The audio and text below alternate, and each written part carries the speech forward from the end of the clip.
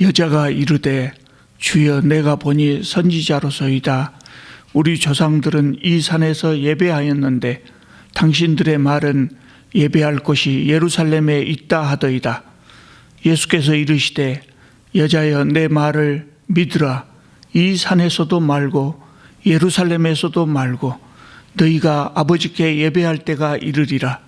너희는 알지 못하는 것을 예배하고 우리는 아는 것을 예배하노니 이는 구원이 유대인에게서 남이라. 아버지께 참되게 예배하는 자들은 영과 진리로 예배할 때가 오나니 곧 이때라. 아버지께서는 자기에게 이렇게 예배하는 자들을 찾으시느니라. 하나님은 영이시니 예배하는 자가 영과 진리로 예배할지니라. 아멘. 우리 하나님의 은혜와 평강이 성도님들 가정에 충만하시기를 바랍니다. 오늘 본문 말씀을 보면 예수께서 어느 날 사마리아에 있는 수가라고 하는 동네를 지나시다가 그곳에 있는 우물가에서 한 여인을 만나십니다. 그리고 예수님과 이 여인은 여러 가지 대화를 나누시는데요. 그 대화 중에 여인이 한 가지 질문을 합니다. 그것이 오늘 본문의 내용입니다. 19절을 보면 여자가 이르되 주여 내가 보니 선지자로소이다. 우리 조상들은 이 산에서 예배하였는데 당신들의 말은 예배할 곳이 예루살렘에 있다 하더이다. 그랬습니다. 평서문의 문장으로 되어 있지만 질문이죠. 질문을 담고 있습니다. 이 여인의 질문의 내용은 뭐냐면 어디에서 예배를 드려야 하는가 하는 겁니다. 예배의 장소에 대한 질문입니다. 우리 조상들, 이 여인이 말하기를 우리 조상들, 사마리아 사람들이죠. 우리 조상 사마리아 사람들은 이 산에서 예배했는데, 이 산은 그리심산이거든요. 이 산에서 예배하는데 당신들 유대인이죠. 당신들 유대인들은 예루살렘에서만 예배를 드려야 한다고 합니다. 누구의 말이 옳습니까? 여인의 질문은 이런 것입니다. 지금 우리는 어디에서 예배를 드려야 하는가에 대해서 전혀 고민하지 않습니다. 왜냐하면 세계 어디에나 예배당이 있기 때문입니다. 또 우리가 예배당에서 예배 드릴 뿐만 아니라 가정에서나 직장에서나 산에서나 들에서나 어디에서든지 예배하고 있기 때문에 예배 장소에 대해서 우리는 의문을 가지지 않습니다. 그러나 예수님 시대의 이스라엘에서는 이 문제가 대단히 중요한 문제였습니다. 뿐만 아니라 유대인과 사마리아인 사이에는 이 예배 장소에 대한 해묵은 논쟁이 있었습니다.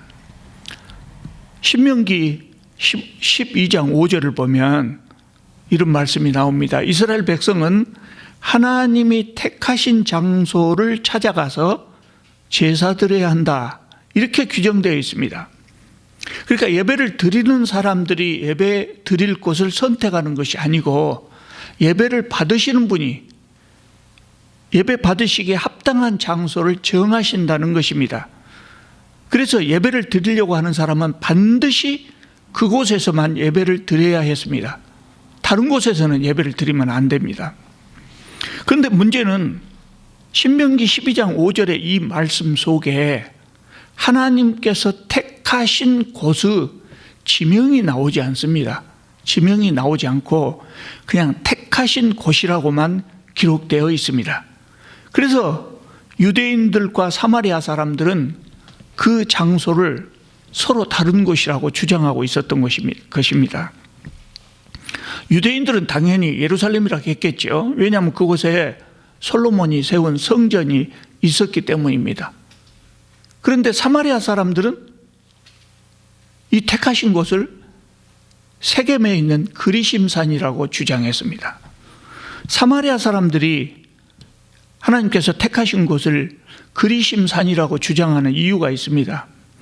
여러분, 우리가 최근에 이스라엘의 역사서를 수요일 날 읽고 있습니다. 열왕기상하 읽었고 지금은 역대상하를 읽고 있는데 그 역사서에 우리가 살펴봤죠. 이스라엘은 솔로몬의 아들이었던 르호보암 시대에 남북으로 갈라지고 말았습니다. 왕국이 갈라지고 두 나라가 된 것이죠. 그러니까 예배에 문제가 생긴 겁니다. 북왕국 사람들이나 남왕국 사람들이나 과거에는 당연히 솔로몬이 예루살렘에 성전을 세운 이후로 당연히 그곳에 올라가서 매년 명절 때마다 그곳에 올라가서 예배를 드렸습니다. 그런데 남북이 갈라진 다음에는 어떻게 되겠습니까? 북왕국이 문제가 생기거든요. 그래서 북왕국 사람들이 전에 해왔던 대로 매년 명절이 되면 남왕국 수도인 예루살렘에 가서 예배를 드렸습니다. 그러니까 북왕국 왕이었던 여로보암은 이것이 여간 신경이 쓰이는 것이 아닙니다. 왜냐하면 이러다가 이 백성들이 남왕국으로 왔다 갔다 하다가 아예 그쪽으로 가버리는 것 아니냐, 뭐 이런 걱정이 들지 않겠습니까? 그래서 여로보암 왕은 백성들이 남쪽 예루살렘에 가지 못하도록 하기 위해서 북왕국 영토 안에 자기들만의 성전을 따로 지었습니다.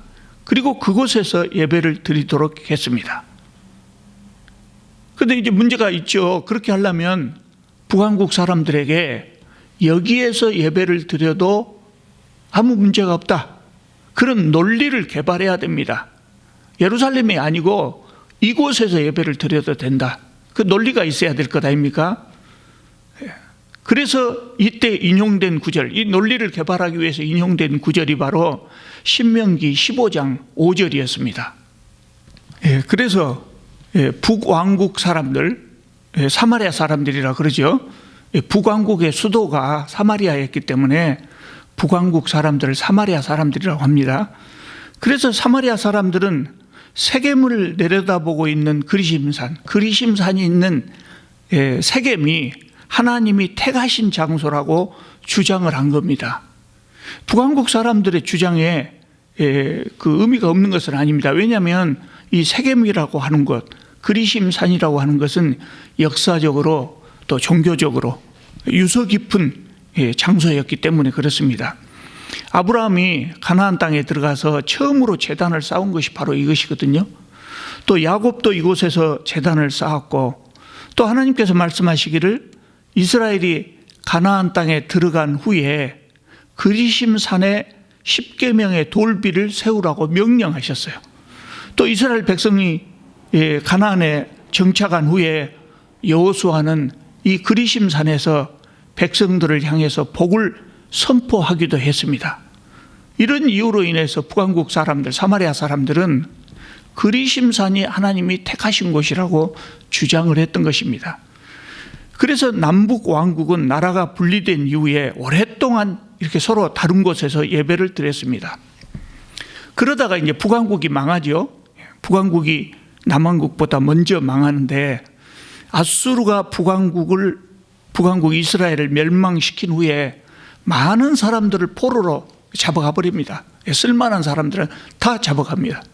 그러니까 그 지역이 이제 사마리아 지역이 텅 비겠죠. 그래서 그 지역을 아수르가 점령했던 다른 지역 사람들을 강제로 이주시켜서 거주시켰습니다.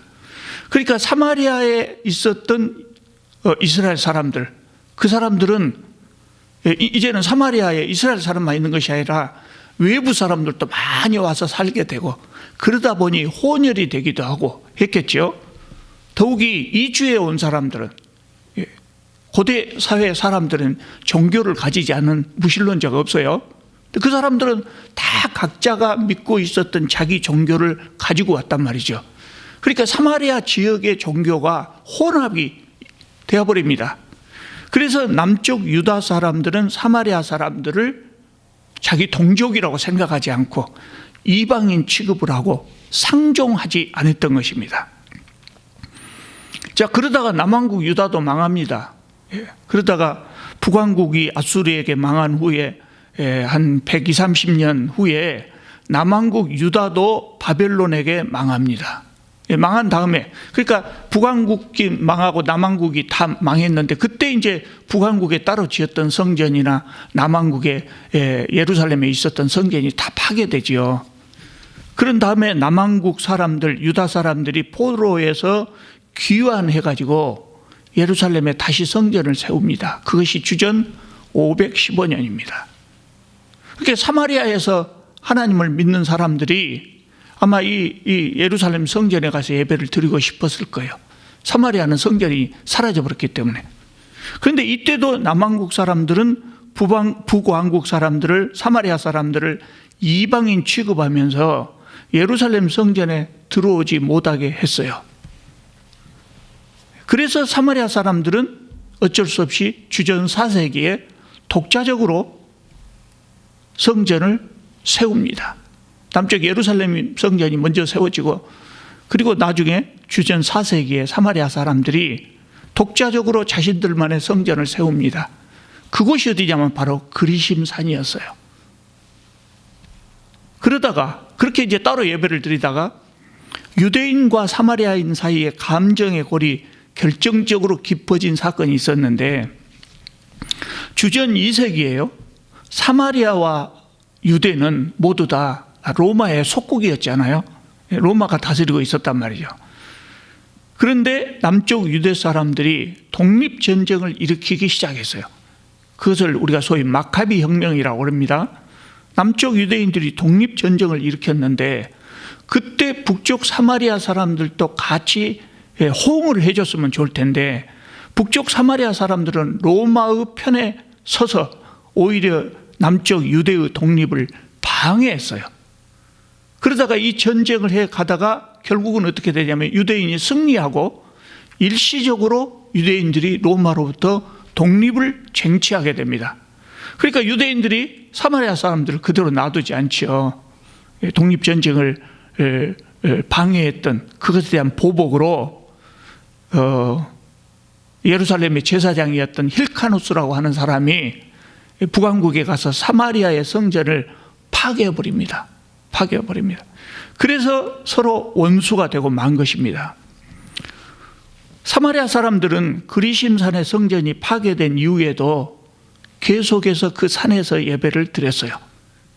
그러다가 이 여인의 시대까지 온 겁니다. 그래서 예수님 시대에 어디가 진정한 예배 장소인가, 이 논쟁이 그때까지 계속 지속되고 있었어요. 그래서 이 수가성의 여인이 이런 질문을 한 겁니다.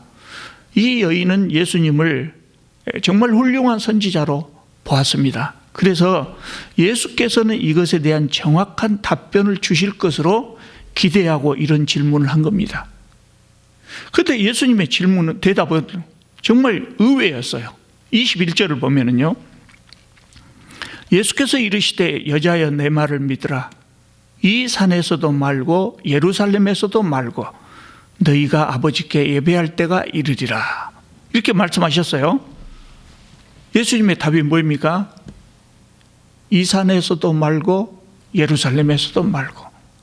수가성 여인은 그리심산이나 예루살렘이나 둘 중에 하나, 예수께서 그렇게 답을 하실 것으로 기대했는데, 예수님의 답은 예루살렘 성전도 아니고 그리심산 성전도 아니라는 겁니다. 중요한 것은 장소가 아니라는 겁니다. 그럼 무엇입니까? 23절을 보면은요, 아버지께 참되게 예배하는 자들은 영과 진리로 예배할 때가 오나니 곧 이때라 그랬어요. 영과 진리로 드리는 예배여야 한다는 것입니다. 여러분, 그래서 오늘 본문의 말씀은요, 기독교 역사에서 혁명적인 전환점이 된 그런 말씀입니다. 그러니까 예수께서 이 말씀하시기 이전에, 예수님 시대 이전에는 특정 장소에서만 예배를 드릴 수 있었어요. 특정 장소, 하나님이 택하신 것. 그것이 유대인에게는 예루살렘 성전이었고 사마리아 사람들에게는 그리심산 성전이었던 겁니다.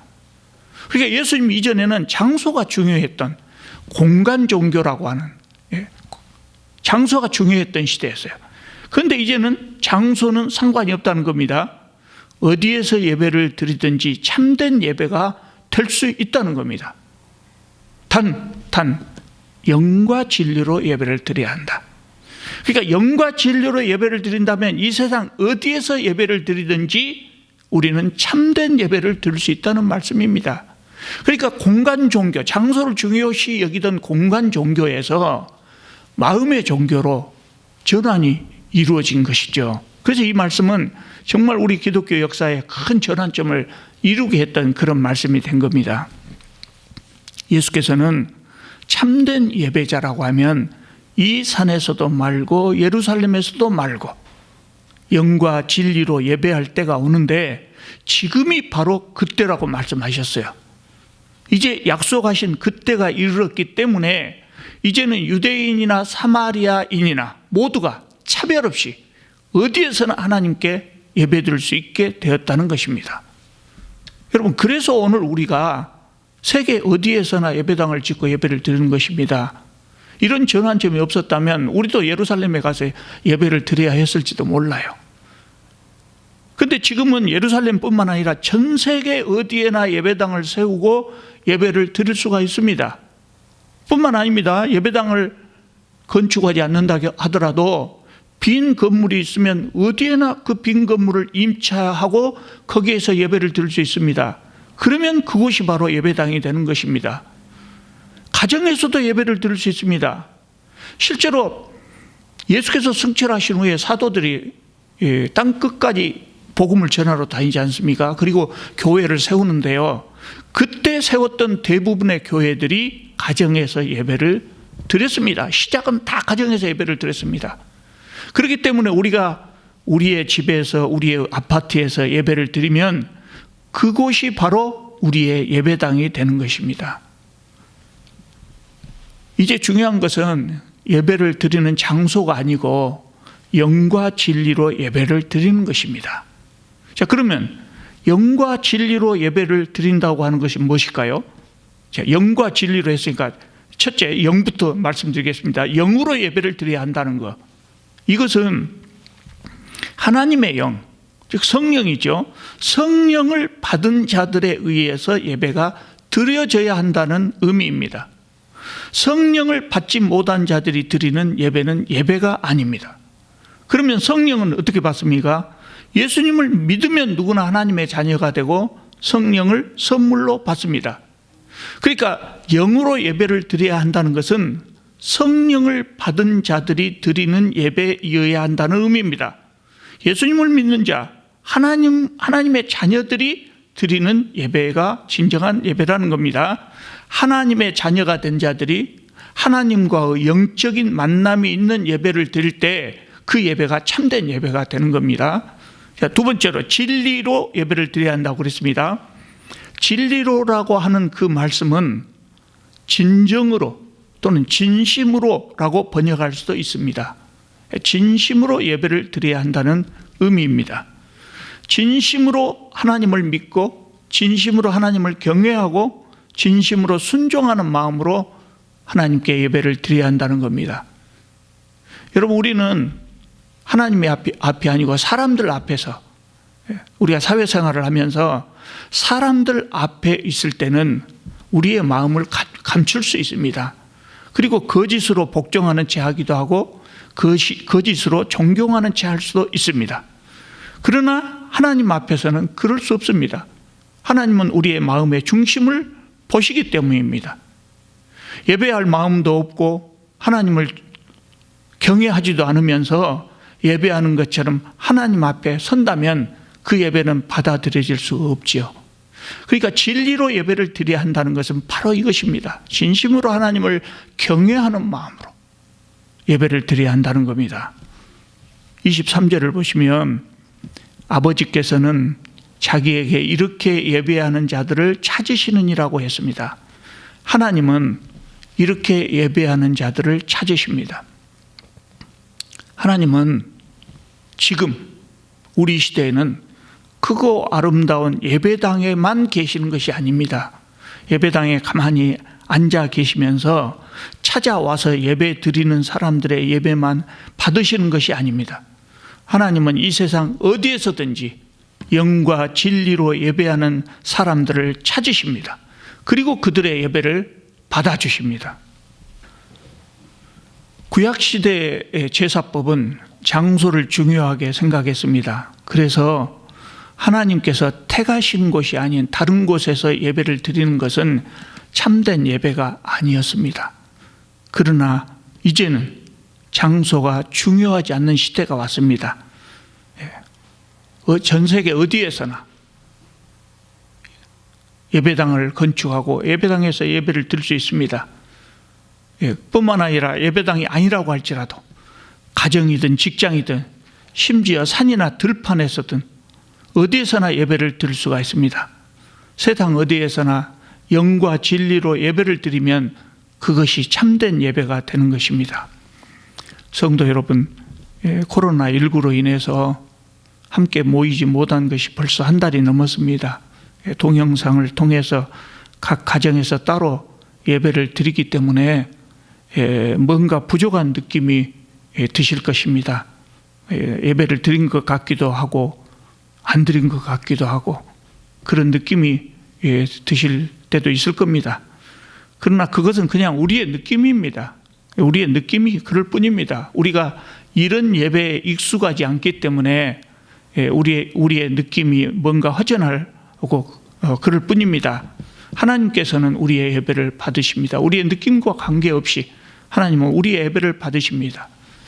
우리가 비록 흩어져서 예배를 드리지만 같은 시간에 한 마음으로 드립니다. 그래서 이 예배는 우리 교회의 공적 예배이고 그러므로 우리의 예배에 하나님의 임재가 있습니다.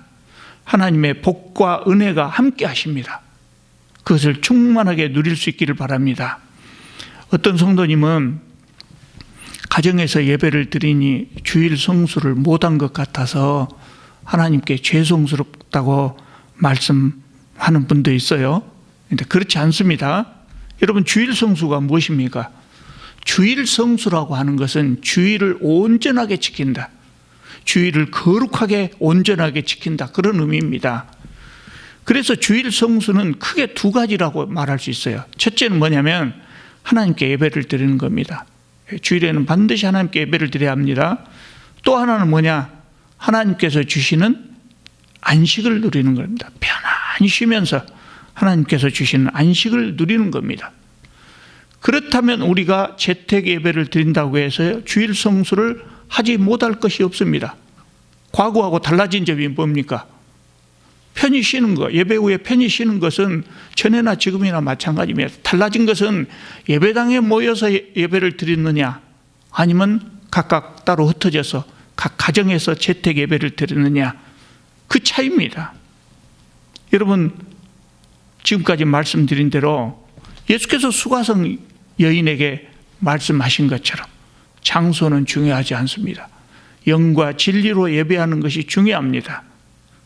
그렇기 때문에 우리가 지금 흩어져서 드리는 예배는 참된 예배가 될 수 있는 겁니다. 그러면 주일 성수 잘할 수 있는 것 아니겠습니까? 어디에서나 영과 진리로 예배를 드리고 그리고 안식하면 주일 성수가 잘 된 것입니다. 오히려 지금과 같은 시국에는 우리가 우리의 이웃과 형제들의 건강을 생각해서 따로 예배를 드리는 것이 현명하고 성경적인 것입니다. 우리는 우리 이웃과 형제를 사랑하고 섬겨야 합니다.